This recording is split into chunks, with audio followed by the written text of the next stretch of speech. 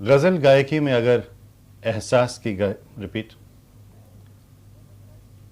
गजल गायकी में अगर एहसास की गहराई, लफ्जों में छुपा दर्द, शायर के जज्बात और रूह की प्यास छुपी हो तो उसे कहते हैं पंकज उदास।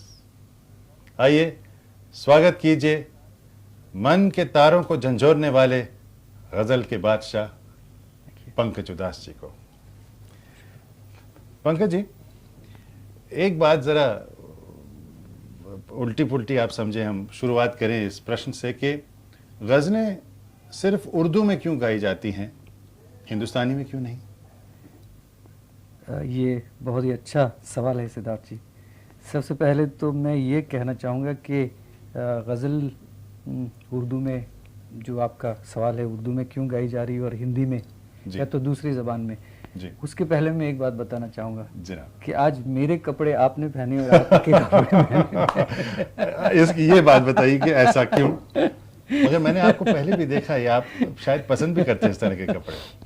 नहीं, मेरे ख्याल से मेरा लिबास जो है स्टेज पे ज़्यादातर जो गज़ल के माहौल का जो है वो उस किस्म के कपड़े और मुझे मगर ये बहुत रंग लाता है आपको। This is my normal way of daily life. तो मैंने कहा मैं उसी तरह से आपके सामने और लोगों के सामने पेश आऊं। नहीं, बल्कि it's a very nice thing because हम आपको, आपका रूप जो है, this is how people see me every day. Correct. तो ये हम चाहेंगे कि आपका असली रूप पता चले। जी। गज़ल, सिद्धार्थ जी, गज़ल का अगर हम इतिहास, गज़ल की हिस्ट्री अगर हम पढ़ें उसके बारे में जी, तो सबसे पहले वली दक्कनी साहब जिन्होंने गज़ल की जिसको कहें शुरुआत हुई, जो पहले शेर अमीर खुसरो साहब और इन लोगों ने शुरू किया, जो तो वहाँ जो ज़बान इस्तेमाल हुई उसमें थोड़ा सा पूर्वी अपनी ज़बान, थोड़ी सी हिंदी, फारसी, ये सब ज़बानें मिली हुई थी उसमें। अच्छा। कुछ पुरानी चीज़ें अगर हम पढ़ें तो उसमें साफ नज़र आता है कि ये सब ज़बानों का संगम जिसको कहें। उसके बाद धीरे धीरे मेरे ख़्याल से एक इवोल्यूशन आया कि जिसमें ये हुआ कि उर्दू, फ़ारसी और अरबिक पे ज़्यादा उन्होंने ज़ोर दिया और गज़ल आखिर में ये हुआ कि गज़ल एक पोएट्री, एक कविता जो हमारे सामने आई which had more of Urdu और फ़ारसी उसमें शामिल था। और उसके बाद no doubt we had legendary poets जैसे कि मीर साहब, जो कहते हैं कि गज़ल के दादा जिसको माना जाता है, जिनको जैसे कि गज़ल की जो पहचान है वो मीर साहब से, मीर तकी मीर साहब से। तो वहाँ से जो शुरुआत हुई, फिर गालिब साहब और हमारे बहुत सारे शायर, मोमीन और दाग, तो वहाँ हमें नज़र आता है कि ज़्यादातर इस्तेमाल उर्दू और फ़ारसी का रहा। मगर हिंदी गज़लें हैं भी कि? जी बिल्कुल। अच्छा। लेकिन मेरे ख्याल से उस दौर में एक असर था पर्शियन, क्योंकि उस ज़माने में ज़्यादातर मुग़ल एटमॉस्फेयर जो था तो उसमें इन्फ्लुएंस में पर्शियन का ज़्यादा इस्तेमाल था, फ़ारसी का। लेकिन हमारे वहाँ मेरे ख्याल से सन 50 के बाद मेरे ख्याल से कुछ हमारे ऐसे कवि, मैं कहूँगा जो शायर, कि जिन्होंने ये कोशिश की, जिसमें से सबसे ज़्यादा कामयाब अगर कोई रहा हो तो दुष्यंत। अच्छा। आपने नाम शायद सुना हो। तो दुष्यंत जी थे कि जिन्होंने गज़लों को हिंदी में कहा, बिल्कुल, यानी सिर्फ हिंदी में जी। और उसके अलावा इनके बोल की कोई मिसाल होंगे आप? दुष्यंत जी की बहुत सारी चीज़ें हैं कि उन्होंने ज़्यादातर मिसाल ऐसी इस्तेमाल की।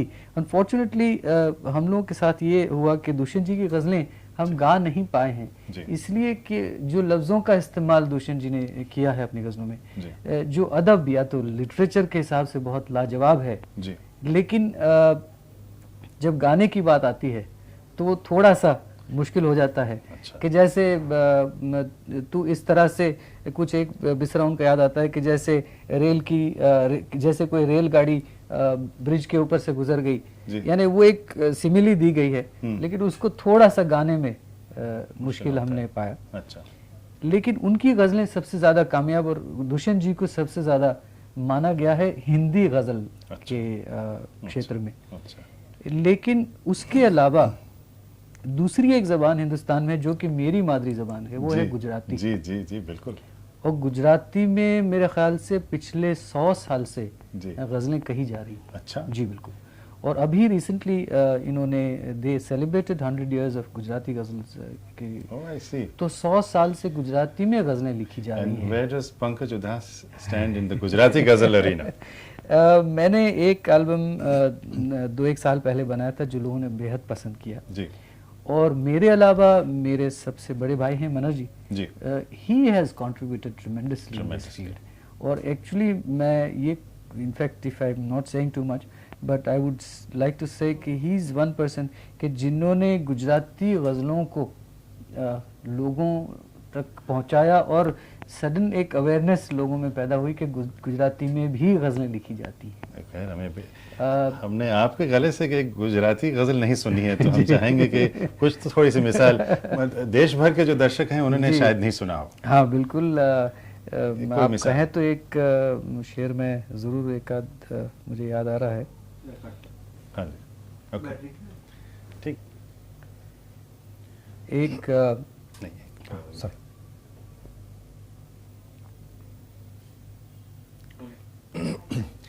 हाँ आप एक गुजराती गजल सुनाने वाले थे। जी। एक हमारे गुजराती शायर हैं कैलाश पंडित, उनकी ये गज़ल का मतलब मुझे याद आ रहा था जी कि नाव्यूं आँख मां आंसू व्यथाए लाज राखी छे, दवानी गई असर त्यारे दुआए लाज राखी छे। वाह साहब। ये मतलब ये है कि मेरे दर्द ने मुझे संभाल लिया जी। लाज रख, यानी उस लाज रख ली मेरी कि मेरे अंदर जो दर्द था उसने मुझे संभाल लिया।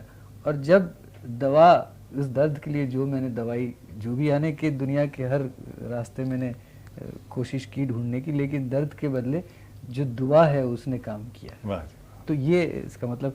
एक और हमारे बहुत मशहूर शायर जिनका इन दिनों पिछले दिनों इंतकाल हो गया, बेफाम, जिनका एक मक्ता मेरे ख्याल से हर उर्दू शायर ने उसको कोट किया है, लिखा है, बड़ा बेहद लाजवाब। It has a very very philosophical approach कि तोय केटलू थाकी जऊ पड़ियो बेफाम। इसका मतलब है कि बेफाम उनका तखल्लुस था जी कि कितना थक जाना पड़ा जी। तोय केटलू थाकी जऊ पड़ियो बेफाम, नहींतर जीवन नो मार्ग छे घर थी कबर सुधी। यानी जिंदगी का रास्ता जो है वो घर से कब्र तक का ही है, लेकिन इंसान कितना थक जाता है वो रास्ता पार करने के लिए। वाह वाह। तो ये इस किस्म की शायरी होती आई गुजराती में। और गुजराती के अलावा मैंने महसूस किया कि इन दिनों मराठी में भी गज़लें कही गई हैं, जिसके कैसेट्स भी बने हैं, जिसको लोगों ने गाया भी है। तो ये बड़ा अच्छा एक एक्चुअली दौर हो जी, रहा है। जी। बट ये गज़ल है क्या? गज़ल जहाँ तक मैं समझता हूँ, या तो मैं बहुत, यानी इस गज़ल जहाँ तक गज़ल लिखने की बात आती है तो शायरी की बात, अदब, उर्दू अदब की बात है, तो मैं बहुत ही छोटा सा शख्स हूँ उस मामले में। लेकिन एक बात ज़रूर है कि गज़ल जो है वो एक ऐसी कविता या तो एक ऐसा एहसास या तो एहसास का ऐसा बयान है जी कि इससे बेहतर मीडियम फ्रैंकली स्पीकिंग मैंने आज तक कोई महसूस नहीं किया। ओहो अच्छा। कि एक दो मिसरे में, एक शेर में शायर क्या क्या नहीं कह जाता, और उस बात को अगर आप प्रोज में लिखने बैठे तो पता चला कि शायद आप 100 पन्ने भी लिख डालें तो उसमें भी शायद वो बात आप नहीं समा पाओगे, उसमें नहीं आप पूरा वो एक्सप्रेस कर पाओगे। तो गज़ल मेरे हिसाब से, गज़ल जो है वो सिर्फ, मेरे ख्याल से सिर्फ जज्बात का बयान है। और गज़ल जो है वो एक अलग अलग डेफिनेशंस दी गई हैं गज़ल की। कहते हैं कि महबूब से बातें करना, उसको भी गज़ल कहते हैं, वो भी है। लेकिन मैं समझता हूँ जहाँ तक कि गज़ल ये है कि जहाँ इंसान के अंदर, इंसान के दिल में, इंसान के जहन में जो सारे दबे हुए जज्बात हैं, जी। कंप्रेस्ड जितने हैं, जी जी, उसका जो एक एक्सप्लोजन है सारा, वाह। That is nothing but this हाँ, पोएट्री। और ये भी कि एक एहसास और कि उसकी गहराई। एक गजल मैंने गाई थी राजेश राही, जहाँ वो एक शेर में वो आदमी कहता है कि आज के इस दौर के हालात के बारे में, जी कि यहाँ हर शख्स हर पल हादसा होने से डरता है, जी, खिलौना है जो मिट्टी का फना होने से डरता है, वाह। और मेरे दिल के किसी कोने में, वो लाजवाब शेर कहा था उन्होंने, कि मेरे दिल के किसी कोने में एक मासूम सा बच्चा, ओह, मेरे दिल के किसी कोने में एक मासूम सा बच्चा बड़ों की देखकर दुनिया बड़ा होने से डरता है। बड़ों की देखकर तो दुनिया दुनिया बड़ा होने से डरता है, वाह वाह वाह। कि ये है कि this is an explosion of one's feeling, naturally, but इसमें डीप फिलॉसफी है। जी, जी। सिर्फ एक फीलिंग्स की एक्सप्लोजन, वो तो गुस्से में भी हो। हाँ, एक इनसिक्योरिटी है, एक डर है कि अरे ये दुनिया कहाँ जा रही है, जी हाँ। ये सब लोग क्या कर रहे हैं, एक दूसरे को मार रहे हैं, एक दूसरे के खून के प्यासे हो गए लोग, ये क्या हो रहा है। तो मेरे अंदर जो एक छोटा सा बच्चा है मेरे दिल में, कि वो भी कुछ बनना चाहता है, मैं भी कुछ बनना चाहता हूँ, जिंदगी में कुछ करना चाहता हूँ, but when I see all this I feel कि मैं कैसे बड़ा कैसे बनूंगा, how will I grow, will I grow the same way? That's right. No, there is a deep understanding of जी, life actually जी। in all this. But how do you select your music and your, आप खुद compose करते हैं? जी सिद्धार्थ जी, मैं मेरा पहला जो एल्बम आया था 80 में करीब, 79-80 में, जी आहट के नाम से आया था जी, तो आहट से मेरे ख्याल से सारी जो गज़लें हैं आज तक जो मैंने गाई हैं, तो मैंने सब खुद कंपोज की हैं। दिल उसकी की आहट। tunes- हाँ जी, बिल्कुल। अच्छा, उसमें भी एक गज़ल थी कि कोई आहट न सदा है मुझ में, जी कोई आहट न सदा है मुझ में, जी। जाने क्या टूट गया है मुझ में। मगर इस पे आपने खुद की कंपोजिशन जी, लगाई जी, थी, तो जी। एक मुमताज़ सुनना, राशिद साहब हैं, बैठे बैठे आपके साथ सुनना चाहते हैं। हाँ। कंटेम्प्रेरी पोएट है मुमताज़ राशिद साहब, बड़ा अच्छा मतला कहा था, और उसी मतले से मैंने गज़ल का वो एल्बम का नाम रखा था आहट, जी कि कोई आहट ना सदा है मुझ में, जाने क्या टूट गया है मुझ में, अच्छा, कोई आहट ना सदा है मुझ में। वाह जी वाह वाह वाह। बल्कि एक इंटरेस्टिंग बात, शायद मैं गलत भी हूँ, लेकिन आपने जो एल्बम्स जो भी आप कंपोज किए हैं, क्रिएट किए हैं, उनके जो पूरे नाम है ए से शुरू होते हैं, ऐसा कुछ एल्बम्स हैं, लेकिन ज़्यादातर मैंने ये किया है कि हर एल्बम का जो नाम है वो मैंने एल्बम से मुतालिक, या तो एल्बम से जिसका संबंध हो कुछ, जी जी, एक थीम बनाते वैसे एक थीम बना के मैंने नाम दिए हैं सारे एल्बम के। हैं। आहट, अमन, हाँ जी, आफरीन मेरा एक एल्बम फिर था जी। तो मगर कोई कॉन्शियसली नहीं, एक ही ऐसे बात नहीं था। लेकिन एक ये है कि हर एल्बम में मैंने कोई एक अंडर करंट ऐसा पाया कि इस एल्बम का नाम ये होना चाहिए। जैसे एक एल्बम था जिसका मैंने नाम रखा था नायाब। नायाब, सॉरी, तो अब वो नायाब इसलिए रखा मैंने कि उस एल्बम को मैंने जब रिकॉर्ड किया था तो उस वक्त एक पूरा उस एल्बम में मैंने एक नया अप्रोच था in terms of the poetry, in terms of the compositions, in terms of the recording, everything. तो मैंने सोचा कि ये कुछ ऐसी चीज़ बन रही है जो थोड़ी सी जो नॉर्मल रूटीन काम है उससे बिल्कुल थोड़ा सा अलग है। बट वो नया एक्चुअली क्या था? Can you put your finger on it? नायाब तो इसलिए मैंने सोचा कि नायाब इसलिए कि नायाब जो है वो उन्हीं चीज़ को कहा जाता है। दो I think I'm talking a little great about myself, which I shouldn't be. But the point is कि नाम मैंने इसलिए मुझे अच्छा लगा कि कुछ ही चीज़ें ऐसी हैं कि जिसके लिए नायाब इस्तेमाल किया जाता है। जैसे कोहिनूर है जी जी, जो हीरा है, तो उसके लिए इस्तेमाल होता है नायाब। कहते हैं कि नायाब हीरा, यानी ये एक ही होता है, इसका जोड़ नहीं है, यूनिक। तो उसके बाद ये भी हुआ कि नायाब जब एल्बम रिलीज हुआ तो उसके बाद my wife delivered a little girl, तो मैंने उसका नाम भी नायाब रखा। अरे साहब मुबारक हो। एंड प्रोबब्ली आई फील कि टू मी शी इज नायाब। Wonderful. No, I am sure she is नायाब anyhow, being the daughter of such illustrious parents. But Pankaj ji, आपको लोग कहते भी हैं कि आज के दौर में अब गजल का जो जमाना था शायद गुजर गया है। जी, ऐसा कुछ इसमें कुछ हाँ नहीं, आपकी बात सही पर काफ़ी हद तक सही है जी। मेरे ख्याल से सालों से हम देखते आए, जैसे आपने जी। भी, आप भी जुड़े हुए हैं इस पूरे संगीत और पूरी फिल्म मेकिंग और म्यूज़िक और पोएट्री के साथ आपका पुराना संबंध है। जी। तो आपने देखा होगा कि ये एक साइकिल सा है पूरा, जी कि जो एक धीरे धीरे धीरे घूमता रहता है ये पहिया पूरा। जी जी जी। This whole wheel you know keeps on turning. And इसमें यह है कि हर बार कोई ना कोई नई बात आती है, नए ढंग, नए तौर तरीके, नई चीज़ें, नई तब्दीलियां सब आती हैं। तो मेरे ख्याल से गज़ल का जो माहौल था वो इसलिए था कि शायद उस वक्त फिल्मों में म्यूज़िक को ज़्यादा अहमियत नहीं दी गई थी। जी।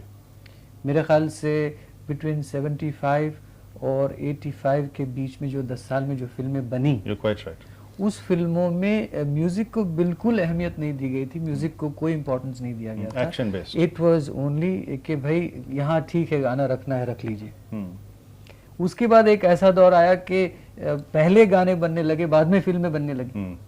I mean it went the other way around. उससे पहले भी ऐसा दौर था जी, कि गाने पहले रिकॉर्ड हो गए, बाद में स्क्रिप्ट लिखी गई, बाद में फिल्म बनी। तो नेचुरली ये है कि importance, all the concentration was on film music. Correct. तो मेरे ख्याल से गज़ल और फिल्म संगीत जो है बेसिकली, या तो मैं थोड़ा सा ये एलिब्रेट करना चाहूँगा, उसके ऊपर ज़्यादा और रोशनी डालना चाहूँगा कि ये जो संगीत हमारे मुल्क में है जी।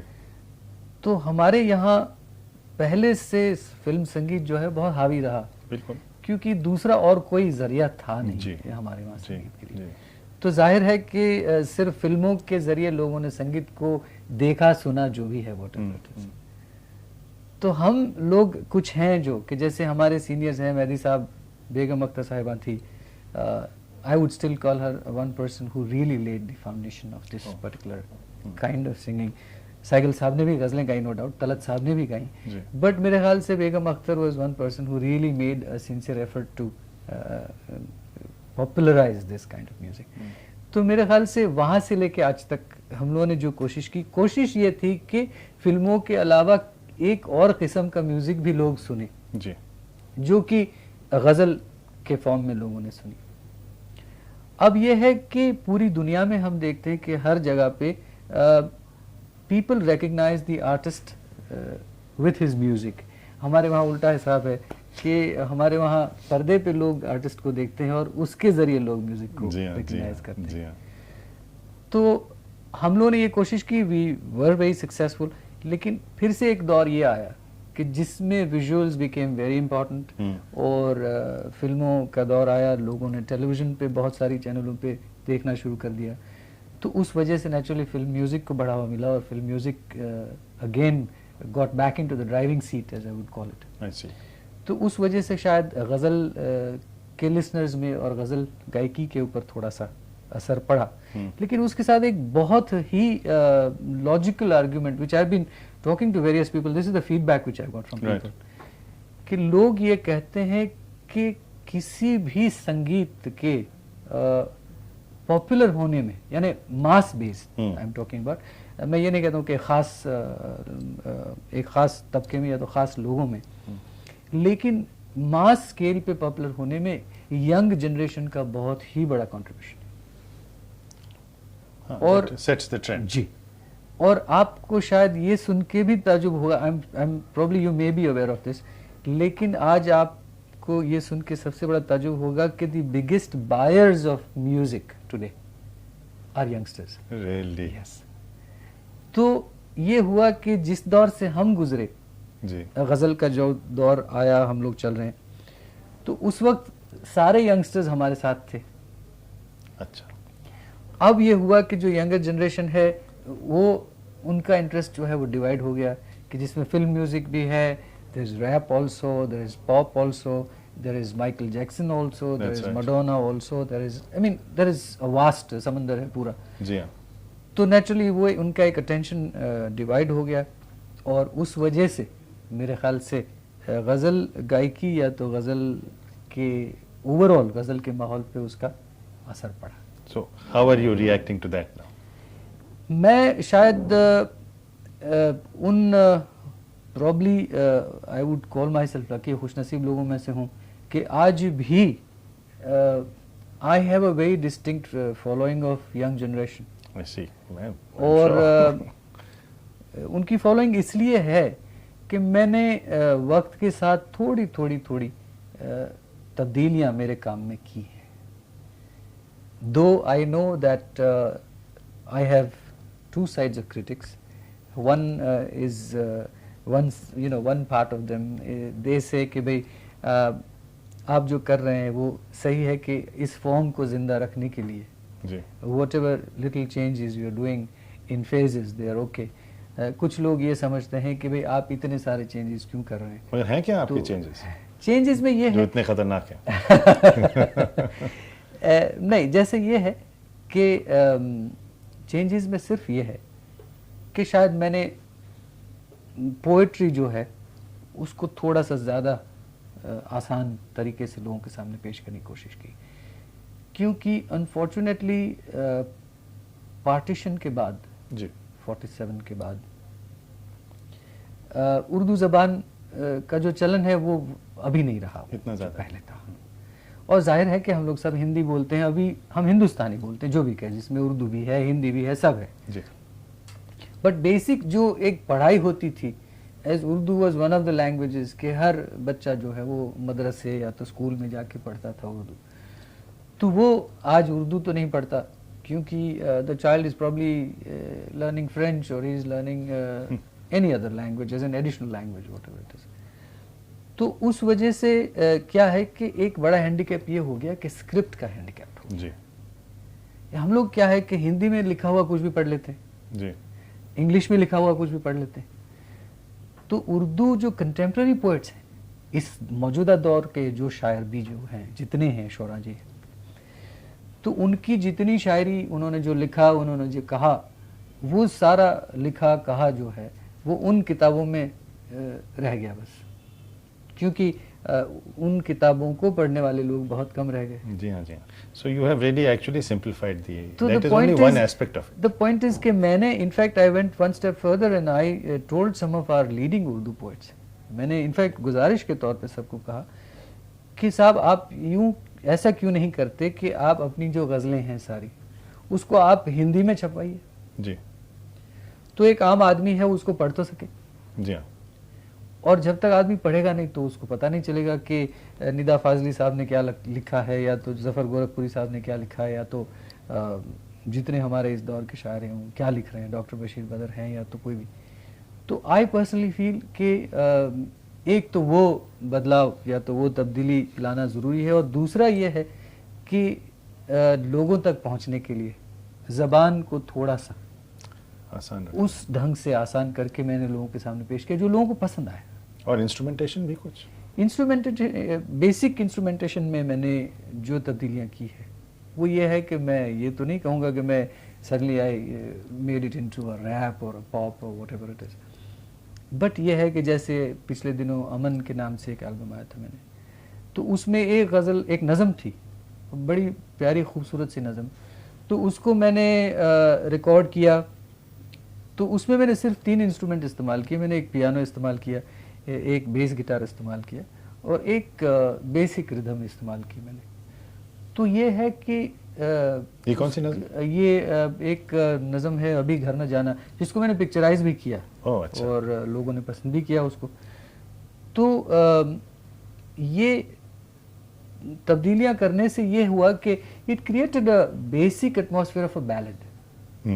जैसे आपने कभी बारबरा स्ट्राइसन का एक खूबसूरत सा बैलेड सुना हो, you know, woman in love, वो एनी ऑफ दोस सॉन्ग्स, तो उस तरह से मैंने, जिसकी बेसिक जो मौसीकी उसका संगीत है, द बेस यमन के सुर हैं, हमारे जो हिंदुस्तानी राग रागिनियाँ हैं वही है, बट उसमें हमने थोड़े से इन साज़ों को मिला के उसको एक अलग रंग दिया और लोगों ने पसंद किया। और मैं ये समझता हूँ कि जैसे हमारे वहाँ जाकिर हुसैन साहब है, या तो एल शंकर हैं, एल सुब्रमण्यम है, ये हमारे बहुत सारे कलाकार हैं जिन्होंने फ्यूजन वर्क किया, बाहर के कलाकारों के साथ मिलकर काम किया। तो मैं उन लोगों में से हूँ। मैं समझता हूँ कि संगीत जो है उसकी कोई भाषा नहीं है साहब। जी बिल्कुल। संगीत है उसकी, it's an international language basically. जबान तो बाद में आती साहब। मैं एक बहुत मज़ेदार आपको किस्सा सुनाना चाहूँगा इसके बारे में कि मैं दर्शकों को भी आप चांस मिला तो आप you can probably show that cutting to the viewers. Certainly we love to do तो मैं मुझे बड़ा ताजुब हुआ कि I was approached by a company from Japan which is a Tokyo based company, जिन्होंने कहा कि उन्हें मेरा एक प्रोग्राम टोक्यो में करना था। अच्छा। अब मुझे कुछ ऐसा लगा कि कोई शायद मेरे साथ ऐसे ही मजाक कर रहा है, क्योंकि एक जापानीज कंपनी टोक्यो में मेरा क्यों शो करे जी। तो बाद में साहब मुझे पता चला कि टोक्यो यूनिवर्सिटी में कोई साहब हैं जापानीज जेंटलमैन, उन्होंने कहीं मेरा संगीत, मेरा म्यूज़िक सुना होगा, क्योंकि आजकल एक सबसे बड़ी आसानी ये हो गई कि हर एल्बम जो है, जो भी हमारा संगीत है वो सीडीज़ पे आता है जी। तो वो सीडी उन्होंने कहीं से ख़रीदी या तो सुनी। शगुफ्ता के नाम से मेरी एक सीडी आई थी, तो उन्होंने वो पूरी सीडी जो है उसका तर्जुमा, जो जितनी गज़लें थी वो जापानीज़ लैंग्वेज में ट्रांसलेट, उसका ट्रांसलेशन किया सारा। अच्छा। और वो अखबार में छापते रहे साहब। अच्छा।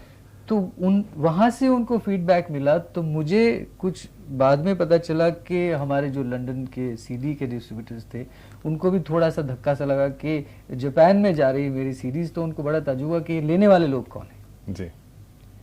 तो ultimately in 92 I went to Tokyo and I performed to an audience of more than 2,500 people, जिसमें मेरे ख्याल से 1800-1900 आदमी लोकल जापानीज लोग। आई सी।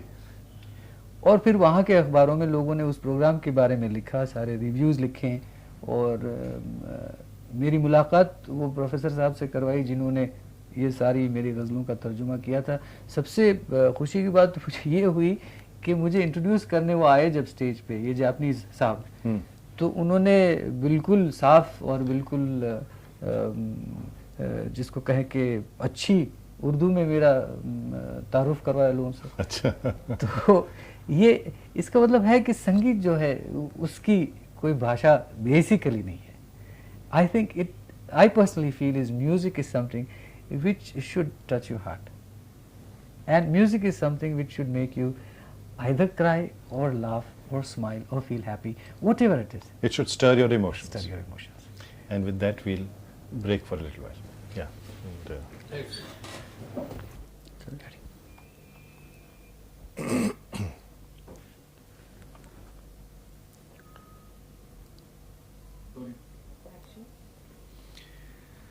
पंकज जी, आप 3 भाई गाते हैं जी, तो इसमें कोई प्रॉब्लम तो नहीं होता है? वैसे आज के ज़माने में भाइयों में बहुत सारे प्रॉब्लम्स होते हैं, देखा है मैंने। हमारे वहाँ ये प्रॉब्लम फॉर्चुनेटली नहीं है। उसकी एक ख़ास वजह तो ये है कि हमारे पिता जो है थे, unfortunately my father is not there, तो वो बहुत बड़ी कोई लंबा चौड़ा कोई बिजनेस हाउस नहीं छोड़ गए हमारे लिए कि we could fight. What he gave us was music. जी। पर फिर भी म्यूजिक में ईगोज होते हैं। हाँ जी। और कोई ज़्यादा पॉपुलर होता है, कोई कम होता है जी। और जब भाईबंदी हो तो भी जलन होती है। हाँ, आई नो।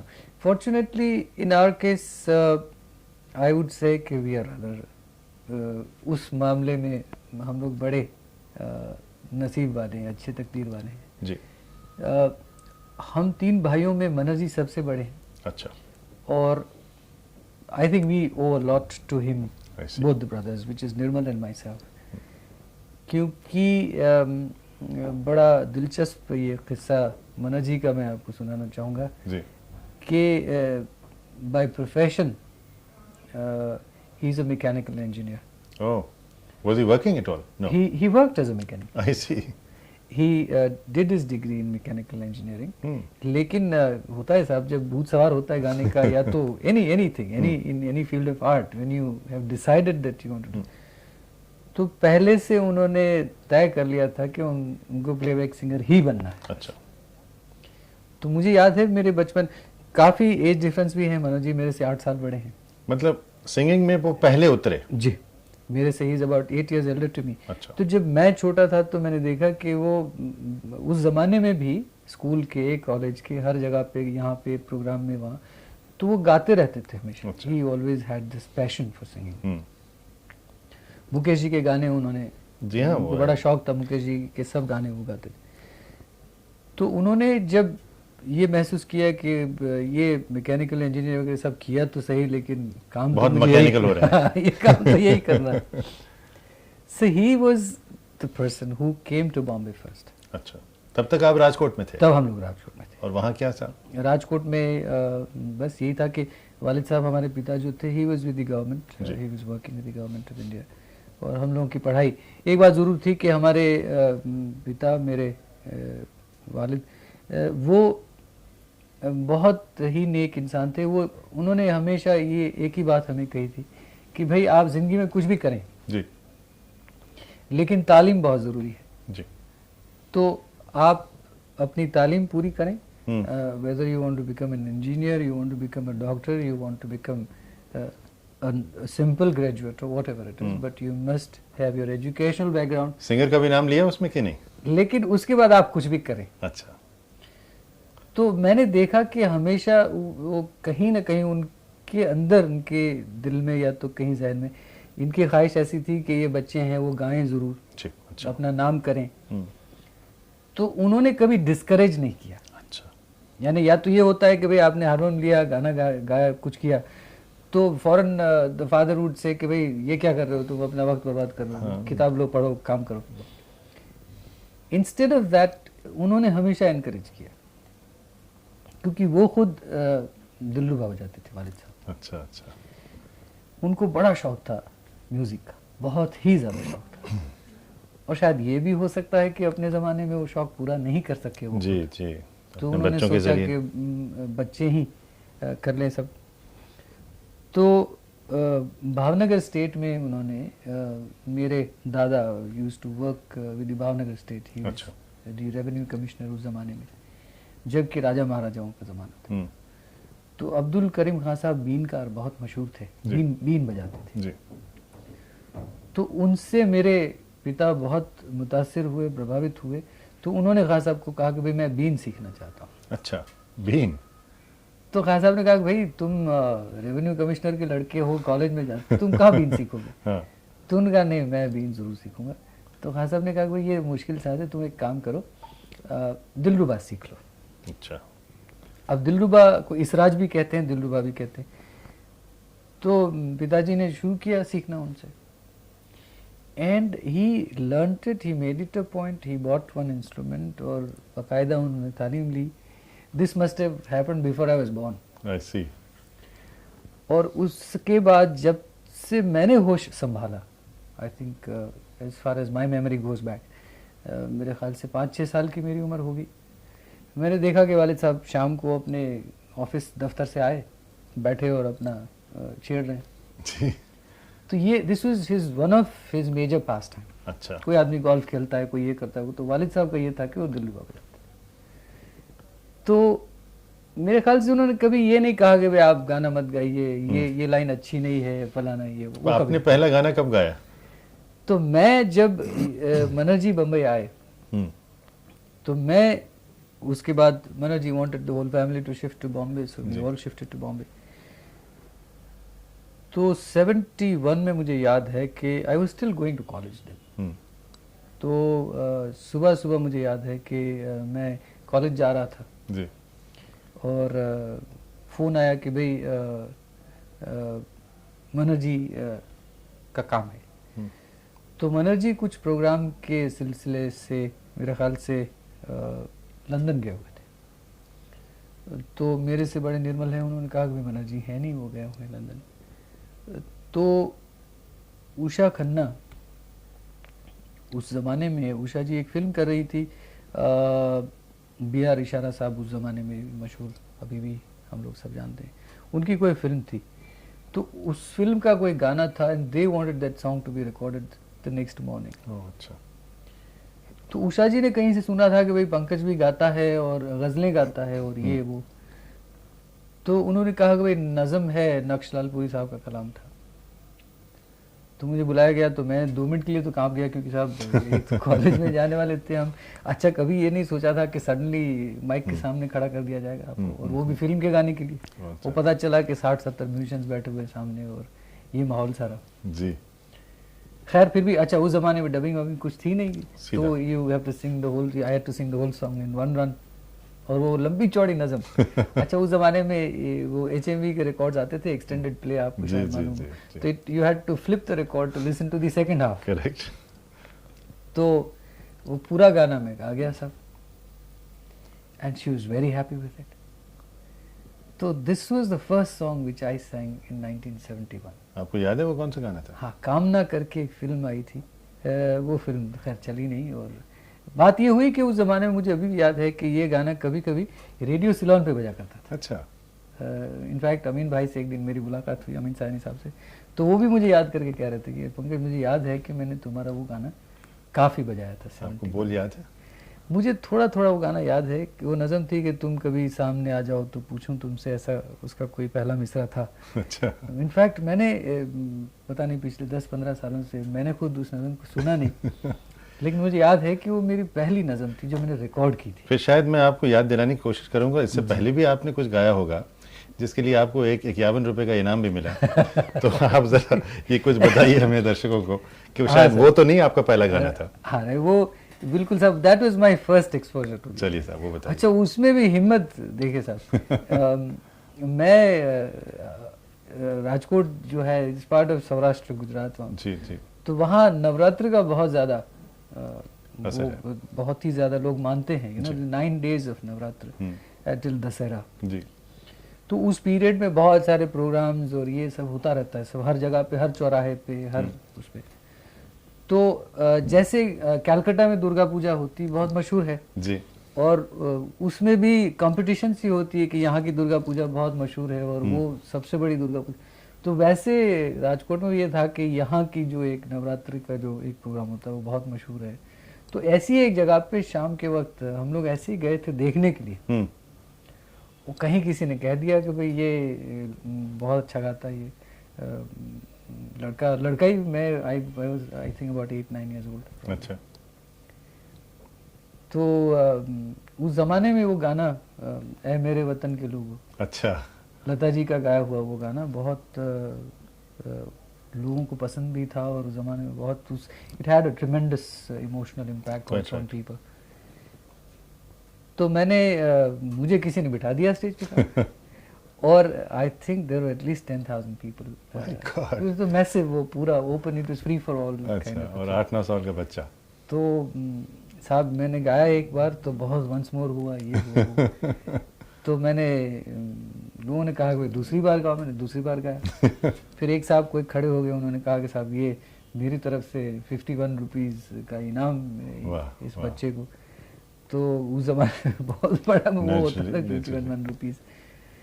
तो I think that was my first major exposure. Had you known at that time, you would have probably framed that 51 rupees. I'm sure, yes. अच्छा, मालूम भी नहीं था कि वो, अच्छा बचपना था मेरे ख्याल से, गाना गा दिया, घर चले आए। लेकिन coming back to the same thing, as I said, कि मनोहर जी did a lot of struggle. Yeah, very very tough to time. establish himself. I know. And that gave us a lot of cushioning basically. Ji. That made it easier for us to make a little progress in our various fields. और उस वजह से, क्योंकि हम तीनों भाइयों ने साथ में स्ट्रगल किया, साथ रहे जी, साथ में खाना खाया, साथ में रहे एक ही मकान में, so we got so close to each other कि even today हफ्ते में एक आध शाम घर साथ नहीं गुजरती तो ऐसा लगता है कि कुछ अधूरा सा है। So I think we are blessed with this, you know, one situation in life. और उसके बाद साहब एक हमारी और जो dream come true I would say, मेरी सालों से ख्वाहिश थी कि we would do one album together. तो फिर साहब हमने 3 मौसम के नाम से एक पूरा एल्बम किया। तो इसमें तीन मौसम में आपके अलग अलग गाने थे या आपने कुछ एक जॉइंट कुछ कॉम्पोजिशंस की थी? अब मैं in fact you will be surprised कि we really worked on that album. अच्छा. And we worked with tremendous, I would say, interest in that album, and I would recall it that Teen Mausam was one of the most wonderful experience in my entire career, because we were together all the time. No, but how did you divide the work of the, कोई भाई आप बोल select करें, आप music करिए, इस तरह? हमने ऐसा किया कि सारे इसमें गज़लें भी थी, नज़में भी थी जी, और इसमें कुछ नगमे भी थे जी. तो हम तीनों ने साथ, हर सिटिंग तीनों ने साथ में की. अच्छा. Though it was difficult because I was travelling, Manoj ji कहीं जा रहे हैं, फिर भी हम लोग तीनों मिलके. और when we started the work we didn't know that we would go that far. साहब ये हुआ कि when we recorded the album we felt that this whole Teen Mausam album is not only an album, it's not only a concept but it is a way of life. कि आज के ज़माने में हम लोग देखते हैं कि आपने भी ज़रूर देखा होगा कि भाई भाई एक दूसरे के सामने अखबारों में पढ़ते हैं, केस चल रहे हैं, लड़ रहे हैं, मर रहे हैं. तो ऐसे माहौल में to be together and to perform together and it did remind me at certain stages, it did positively remind me of the famous film Chalti Ka नाम गाड़ी. अच्छा. You remember जिसमें Ashok Kumar, Kishore Kumar and Arup Kumar, all the three brothers. तो I felt कि we had the same kind of a rapport. You know, Nirmal was something like Kishore da, you know, little सारी वक्त उसकी मस्ती चल रही हो. मनोज जी थोड़े से अशोक कुमार की तरह, you know, little reserved. तो we made the whole concept into a concert. And we took this concert to United States, to UK, to South Africa, and सबसे बड़ा उसमें मुझे सबसे बड़ी अच्छी बात हमें ये लगी और I think our achievement in the entire concept was कि जहाँ जहाँ गए हमने लोगों को देखा कि we saw people crying with joy, we saw people suddenly calling up their brothers, अच्छा, and realizing कि family ties. It had a message. As they say that blood is thicker than water, and it proved, you know, there was a major undercurrent कि है दुनिया में पैसे भी है, शोहरत भी है, सब, but above all this there is something like love and affection, and which is a must. And you would not believe, but when we performed in United States, we did a charity concert tour for Bharati Vidya Bhavan. And we had the last concert in New York at the Lincoln Center. Very prestigious. And yes, and it was a sold out concert. We had Siddharth Ray Saab, the Indian ambassador, as our chief guest. The Lincoln Center authorities at the end of the concert brought their book, visitor's book. And they said that after a long time we have come across an Indian concert which has so much of potential. So they made us sign that book. I see. And we were so touched because we saw autographs of Ronald Reagan and Barbara Streisand, and I mean, you name the celebrities, you know, on this. So फिर पंकज जी एक ही album क्यों? We are looking at another album, but मैं ये चाहूँगा कि तीन मौसम का एक गाना हमने we had shot one song.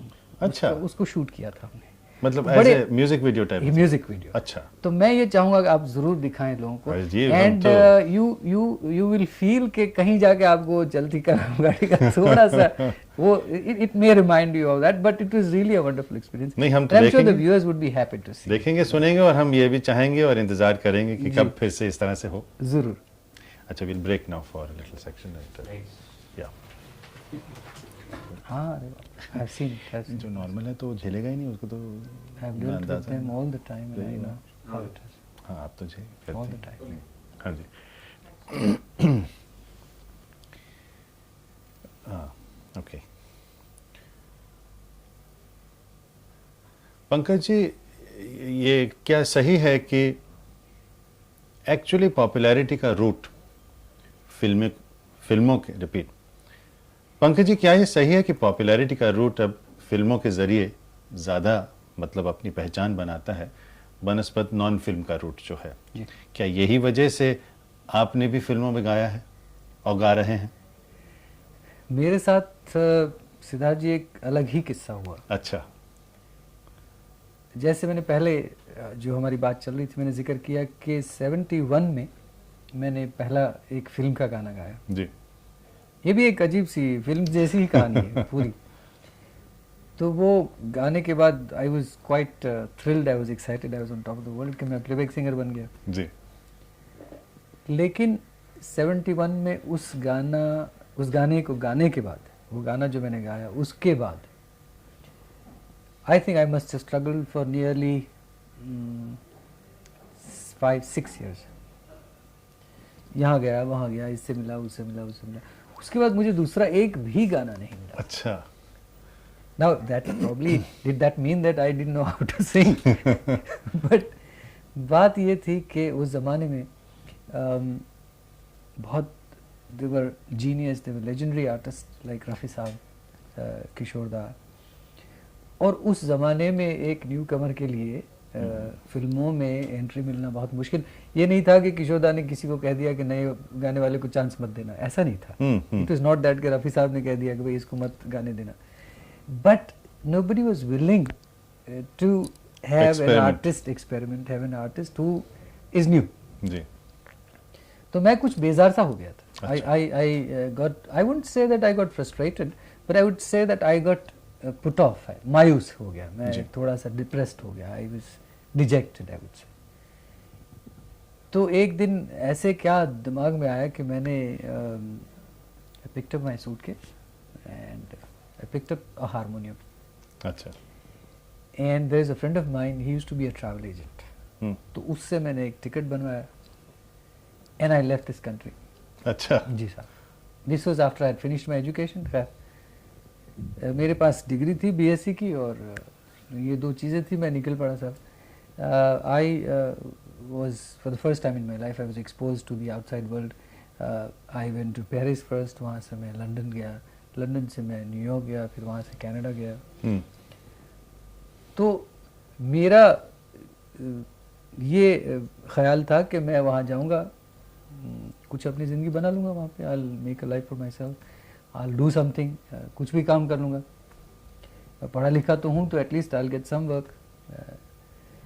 तो मुझे लगा कि भाई ये फिल्म का गाना बस छोड़ो, प्लेबैक सिंगिंग। पर एक बात ज़रूर थी कि 68-69 से जब कि मैं कॉलेज में था, तो मैंने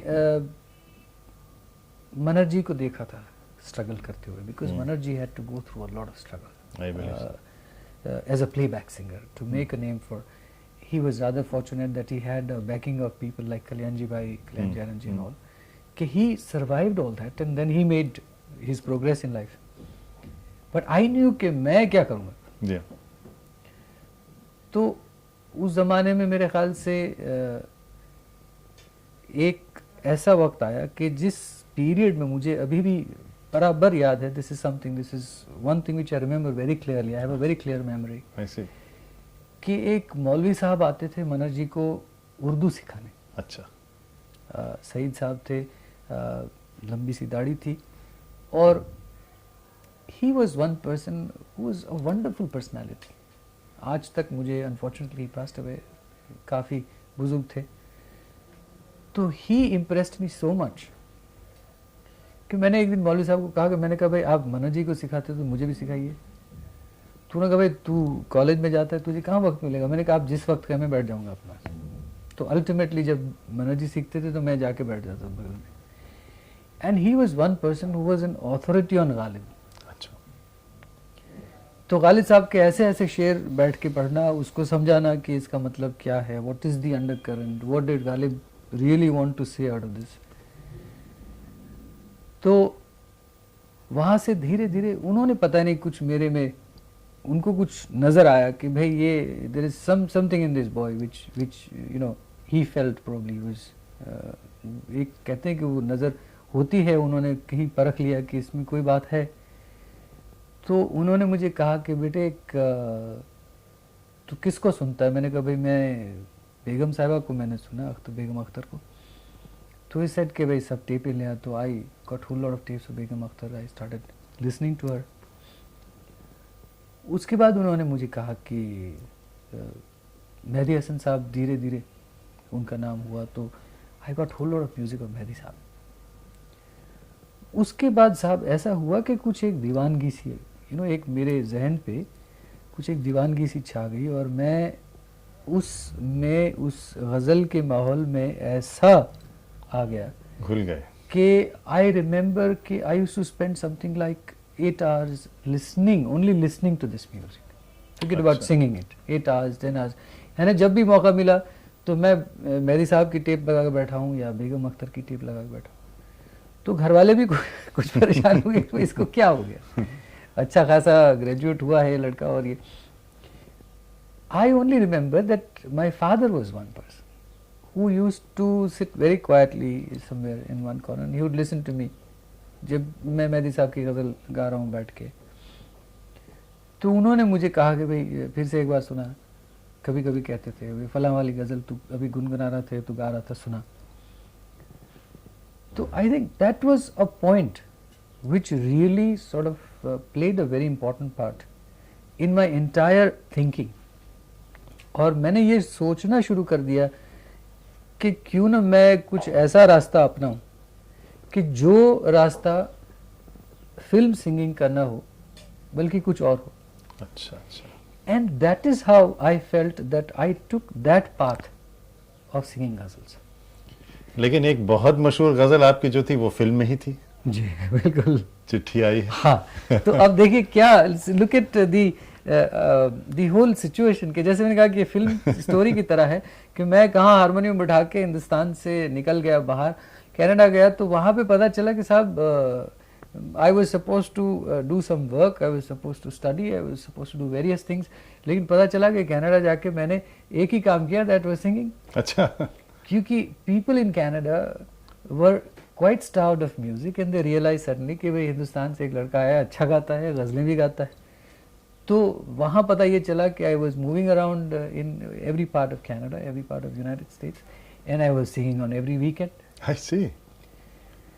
बट उस बात ने वहाँ जो मैंने काम किया, एक I was there for almost about 10 months। अच्छा। तो उस 10 महीनों में मुझे एक कॉन्फिडेंस सा मेरे में पैदा हुआ, एक हौसला मेरा जो है वो बड़ा, मेरे में एक हिम्मत आई कि भाई मैं लोगों के सामने 3-4 घंटे तक अकेला गा सकता हूँ। I can keep people entertained. लोग अपनी कुर्सी पे बैठे रहते हैं, 3-3 घंटे सुनते हैं, तो मैंने कहा कुछ तो होगा। And that made me think again. तो साहब 77 में मैं वापस हिंदुस्तान आया। अच्छा। और यहाँ आने के बाद मैंने फिर से वो स्ट्रगल शुरू किया जो 71-76 में जो चल रहा था। And let me tell you, unfortunately again at this stage life was as difficult as it was before also. क्योंकि यहाँ आने के बाद फिर वही था कि भाई क्या करोगे, गज़ल गाओगे तो कौन सुनेगा, गज़ल लोगों के सामने कैसे पेश करोगे, क्या करोगे। तो that was the period between 77 and 1980 कि जो मैंने पहला एल्बम बनाया आहट। तो उस पीरियड में मैंने 3 साल बिल्कुल इतना जोर लगा के काम किया, and I decided for myself कि I am not going to sing film songs, I am going to only sing this music. And I managed, I met my wife, we were going around for 3 years, 5 years actually. We got married in 82. So I think she was a major moral support. She came in as one of the person who really sort of. So yours was not an arranged marriage. No, mine is a love marriage. Or though Farida is she's Parsi, Urdu is not her language, लेकिन फिर भी उसको बड़ा शौक गज़लों का, और पता नहीं कहीं हम ऐसे मकाम पे मिले कि उसकी वजह से भी थोड़ा सा हौसला मेरा बढ़ा, और उसने भी मुझे, I think she's really played a major part। But she has some interest in music too? She does have a great interest, which is she's a great listener, She's a great interest in Pankaj Udhas. And she's one of the greatest critics I have. It's a familiar situation. अच्छा है कि कोई घर में ही हो वो बेहतर है. Instead of somebody writing in the newspaper कि what you've done is all trash, तो उसके बाद घर में ही कोई कह दे कि with your best interest at heart after all. तो वहाँ तक तो ये चला सब. बाद में ये हुआ कि मैंने महसूस किया कि फिल्म जो है is a very positive media. मैं at no stage in my life I have said that film music हम जब बड़े हुए तो उसी म्यूज़िक को उसी संगीत को सीख के हम बड़े हुए. ओके. हाँ. फिल्म म्यूज़िक को हम जब बड़े हुए तो उसी संगीत को सीख के उसको सुन के ही हम बड़े हुए. तो I have no rights to criticize that music or I have nothing against that music. We better hold it for some time until the earthquake is over.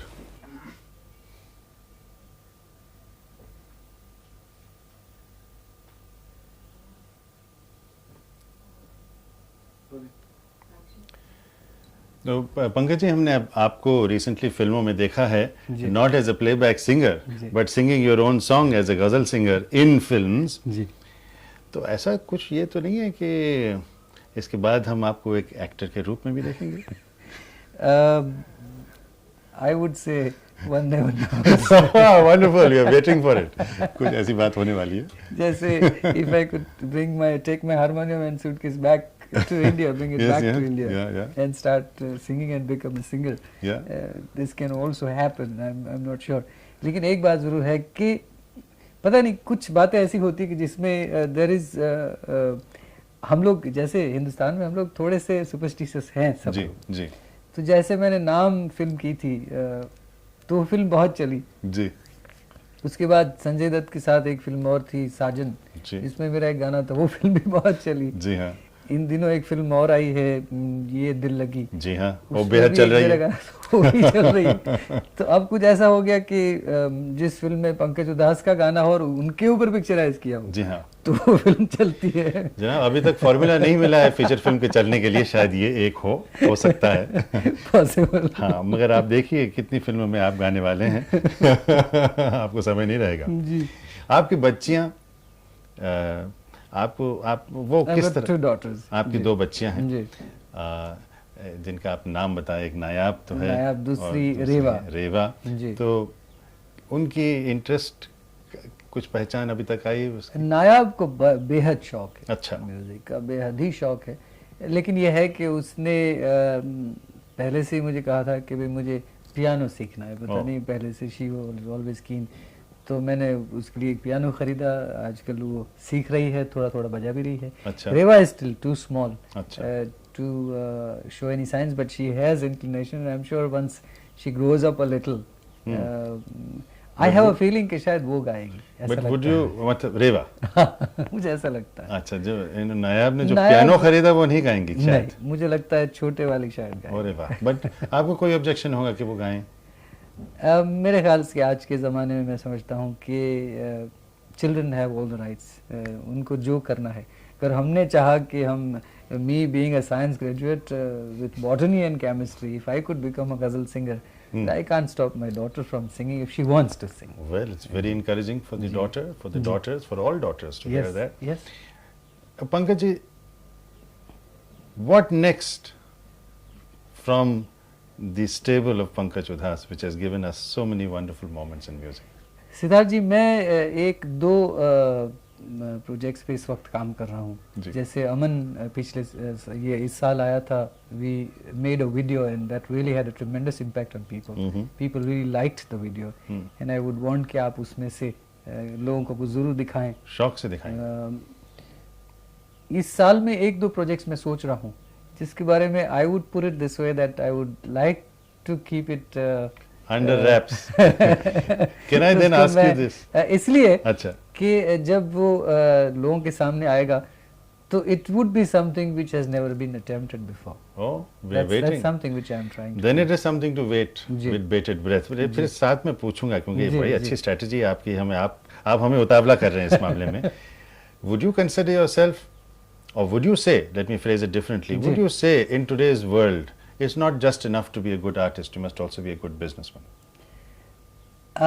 Yes, ये एक तरह से ये बात सच है, क्योंकि मैंने देखा है और इस बात का मुझे बड़ा दुख है, फ्रैंकली स्पीकिंग मैं आपको बताऊं, इस बात का इसलिए मुझे बड़ा दुख है कि हिंदुस्तान में इतने सारे कलाकार हैं जी. And there are some wonderful artists. मैं आपको बताऊं, I because I have travelled so much for concerts all over the country, और हमारे वहाँ ऐसे ऐसे कलाकार पड़े हैं, पर unfortunately they don't have the right platform, they don't have the right kind of marketing, जो भी कहें हम लोग. तो मेरे ख्याल से एक तरह से देखा जाए तो एक कलाकार को थोड़ा बहुत सेंसिबल होना ज़रूरी है आज के ज़माने में. जी हाँ. बिकॉज एक वक्त और था, नो डाउट आर्टिस्ट ही होता है साहब. आज मैं कितना भी सोचूं, बट मेरी भी जो बिजनेस सेंस है वो कुछ हद तक ही होगी, because after that the artist would prevail. उसके बाद जो है दिमाग काम नहीं करता, दिल ही काम करता है. तो मैं भी जो है वो कुछ हद तक कर सकता हूँ, उसके आगे फिर मैं I am zero as a business person. तो एक आर्टिस्ट बिजनेसमैन तो हो ही नहीं सकता वैसे अच्छा सही आर्टिस्ट जो है. But at the same time I personally feel that in today's time you've got to be little more pushing, little more aggressive. क्योंकि आपका भी अपना बिजनेस हाउस है, so that means you have to deal with all the things of distribution and composition and poetry. और ये भी एक मैंने इंस्पायर हो के साथ काम किया. You know, I still remember कि as a child